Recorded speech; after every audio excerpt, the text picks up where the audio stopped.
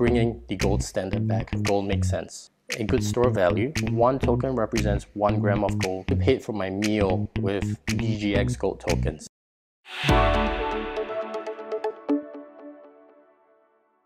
Hello again, everyone, and welcome to another edition of Silver Bullion Television, SBTV. I'm your host, Patrick Vieira. Guys, if you're new to this channel or haven't already done so, please do subscribe, hit the bell to be updated on new content, and please do give us a thumbs up if you like what we do. As you can see, we're in the safe house again, a precious metals vault in Singapore, and we have with us today Chng from Digix Global. Casey is the CEO and co-founder, and his company Digix Global, they tokenize real-world assets like gold on the blockchain. Casey, welcome to the safe house and SBTV. How are you doing? I'm doing well. Thank you for the kind introduction, Patrick. Sure. It's good to be here. Great. We're glad to have you.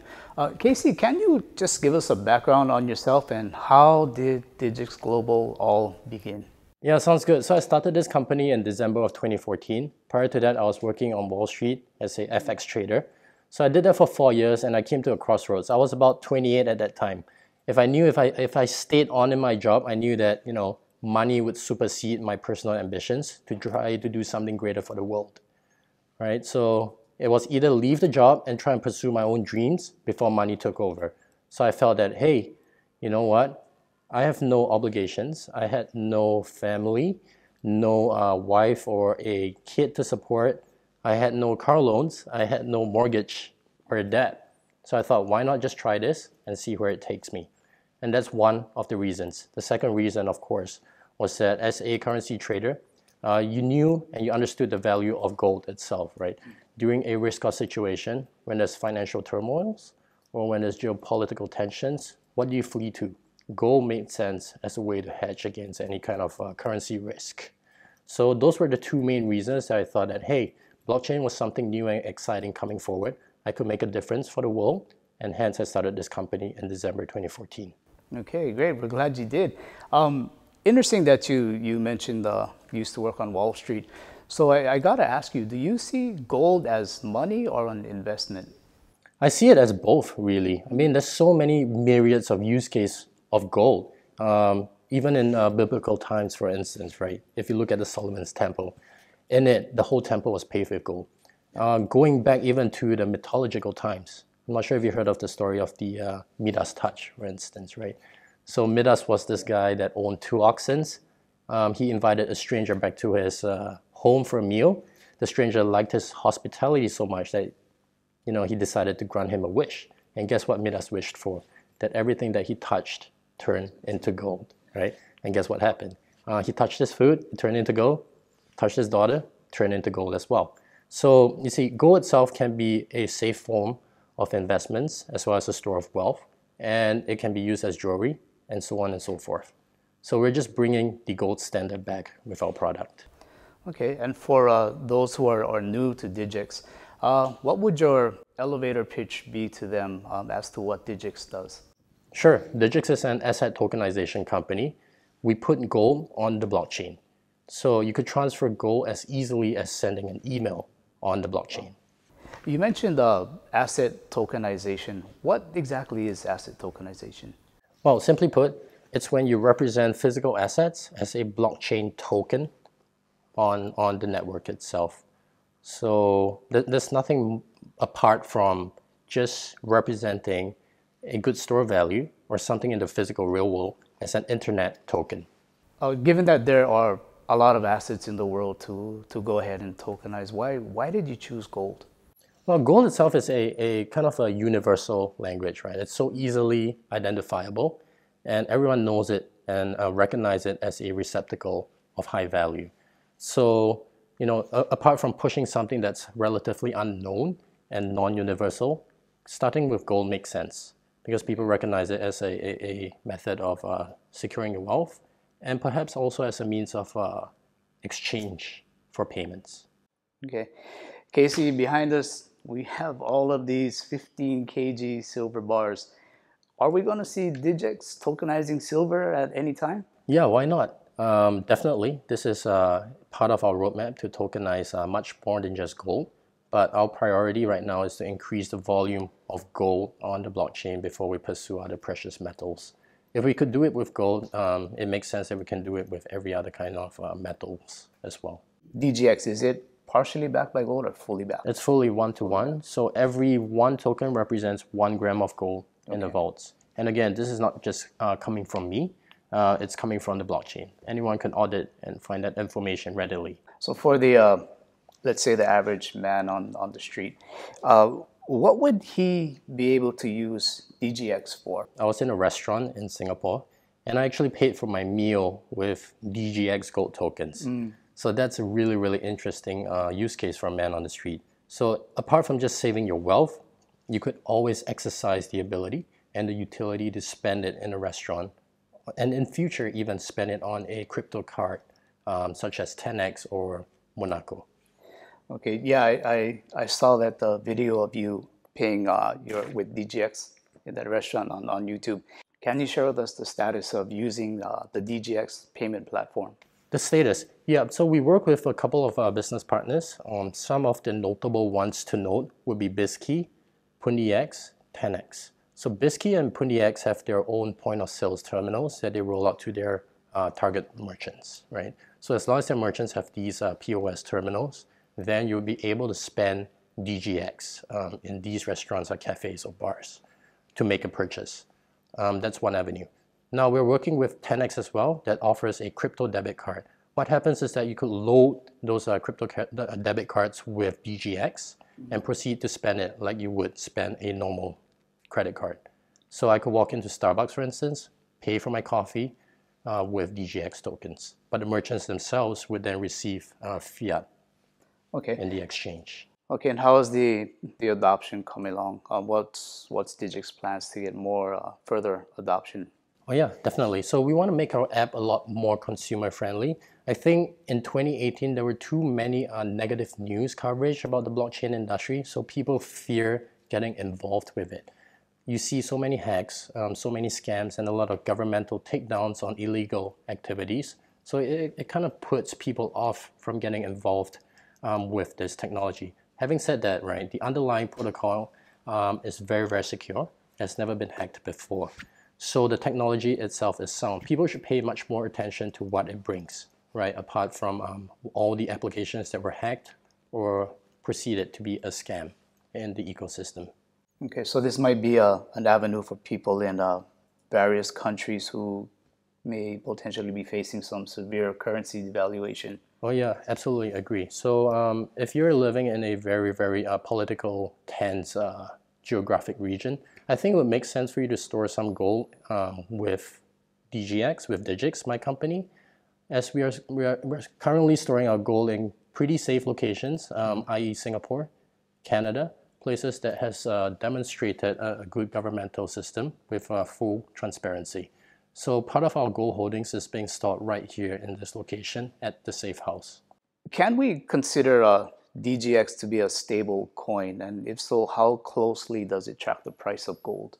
Well, stable coin itself is a very, very broad definition, right? So we're more like an asset-backed token. Having said that, because one DGX token represents 1 gram of gold in the vaults. So it does track the volatility and the price of gold itself. So every one token, as it's represented by 1 gram of gold, is approximately 40 USD per token in the market right now. Now, if it deviates too far away from that mean, then there would be arbitrage opportunities involved for a trader to take advantage of. Okay, so in Singapore, if a person is storing their gold with you, can they redeem it? And is Singapore the only place that they can redeem their gold? Right, very good question. So at the moment, we have 3 redemptions so far since we launched in April of last year, right? So each redemption was in the amount of 100 gram gold bar.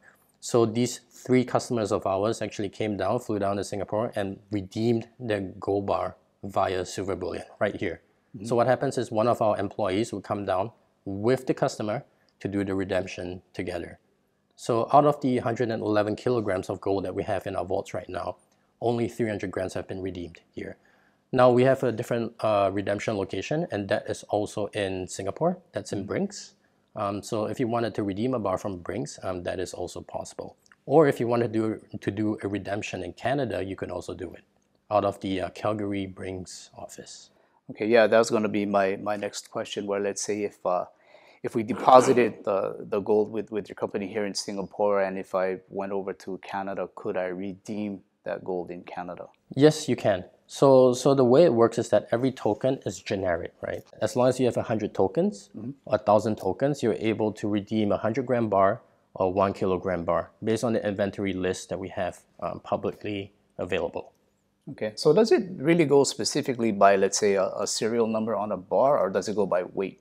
It does go by a serial number, so it depends on what serial numbers are being stored in each vaulting location.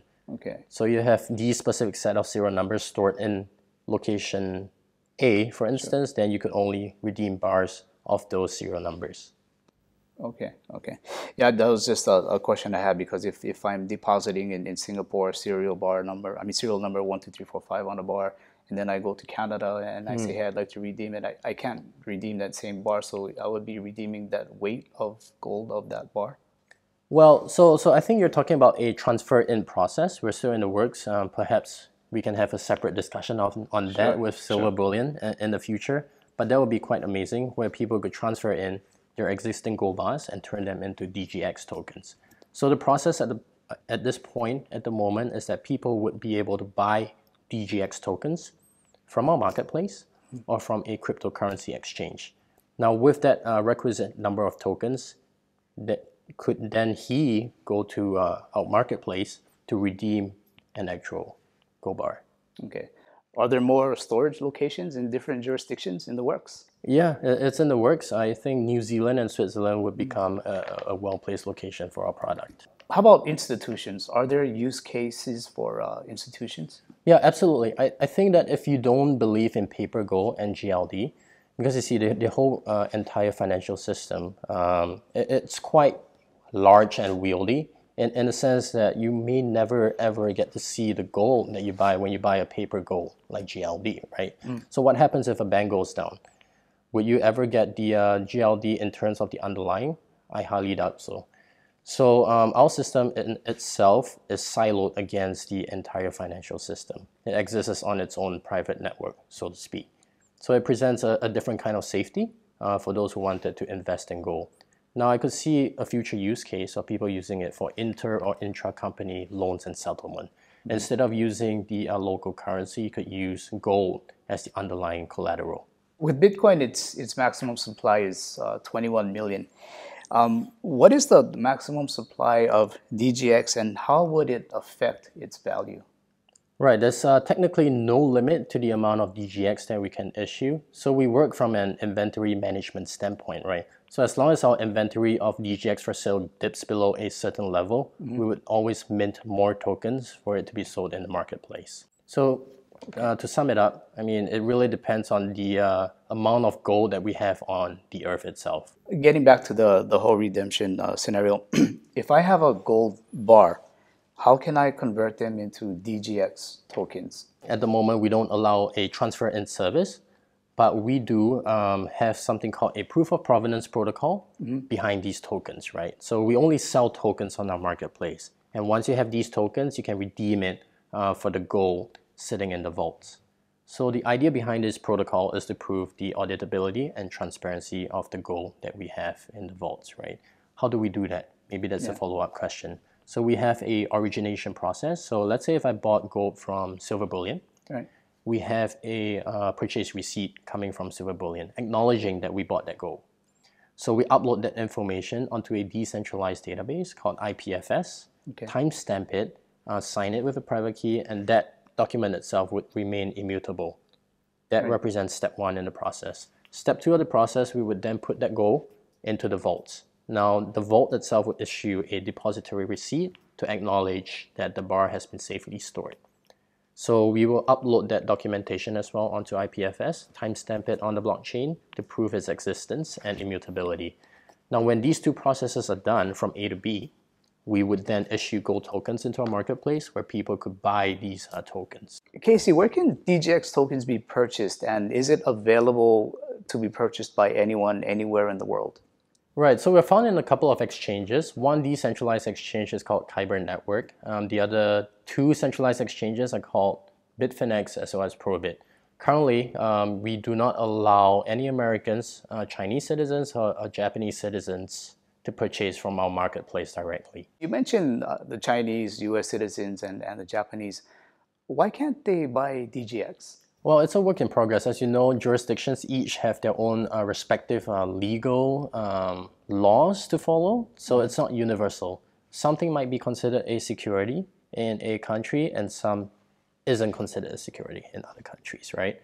So the idea is that we want to approach this as legally sound as possible. We're working on getting the correct legal opinions, talking and working with regulators to make sure our product is legally sound before we can offer it to their citizens. Casey, I also want to congratulate you and the Digix team with your DigixDAO launch earlier this year, 2019. Previously, we did notice some confusion between the Digix DGX and the DigixDAO, where the Digix DGX is backed by gold and the DAO is not, which was by design. But for our viewers who may not be familiar with the DAO, can you explain what it is in layman terms and also what the DigixDAO does? Yeah, that would actually take another 30 minutes of your time. It's okay. But okay, let's see how to put it in very, very simplistical terms. DGX itself is the token that's backed by gold. One DGX is 1 gram of gold. Right. Now, DGD is a little different. DGD stands for DigixDAO. So what's a DAO? A DAO is a decentralized autonomous organization. So when we started Digix, right, the overall philosophy was that we want to democratize the access to a safe store of wealth. Now, for anyone who believes in that vision, can tap into the funds within DigixDAO to build that vision together. What do I mean by that? So we did a crowd sale. It wasn't called an ICO at that time, right? It's the creation of a DAO. We raised about 450,000 ethers to pursue this idea. So think about it like a Kickstarter or an Indiegogo for this basic vision that I just mentioned, right? So if you felt that scaling this product makes sense, you're welcome to apply and submit a proposal for a grant. Okay. Right? So if you wanted to say help in terms of doing a YouTube video, doing an interview about Digix, you could call for a grant from DigixDAO. Now, who is in charge of giving those grants? It's the DGD token holders. They get to cast their votes, right? To say whether this project should be given the requisite funding to be implemented or whether they should just reject the entire proposal such that that project doesn't go live with the funding from DigixDAO. Right, so that's the overall idea about it. Why would we want to hold DigixDAO? Well, there's an inbuilt incentive to be part of this DigixDAO platform. So as long as you cast your votes, comment, and make your decisions known within the platform itself, you get a piece of reward. So what is this reward? As long as a transaction volume of DGX goes up, right? There's a part of it that goes back to DigixDAO. So DGX, every time you send a transaction, there's a 0.13% transaction fee that goes back to the DigixDAO platform, right? So as long as you cast your votes and actively involve yourself with the decision-making process, part of that reward would flow down to the DGD token holder to keep the whole system turning. Okay, and you also have quarter points. Can you explain a bit about quarter points and how people can earn those quarter points as well? Yeah, absolutely. So as long as you stake your DGD tokens, you gain some quarter points. As long as you cast a vote, you gain some quarter points. As long as you claim your results, you get some quarter points. So as long as you work for the DAO, in some sense, you gain these quarter points, which would then translate to your ability to earn that reward from DigixDAO, which is in DGX, the gold tokens. Okay, and so, I mean, let's say for the guys who have, they have DigixDAO, but let's just say they are not actively participating. How does their tokens become valued at that point? Right, so at the moment, if I'm not mistaken, we have about 30% of the tokens locked up within the DigixDAO platform. Now the remaining 70% have not been active or have locked their tokens within the platform itself. And hence, these 70% are not part of the reward structure of DigixDAO. It's meant to incentivize and to make people work for this vision and not like a passive return kind of token. Okay, so participate Participate. Okay, and so let's say we do participate. How can these points be realized into money? Right, so based on the number of points that you collected per quarter, that would give you a share of the transaction fees of DGX. So that's as simple as that.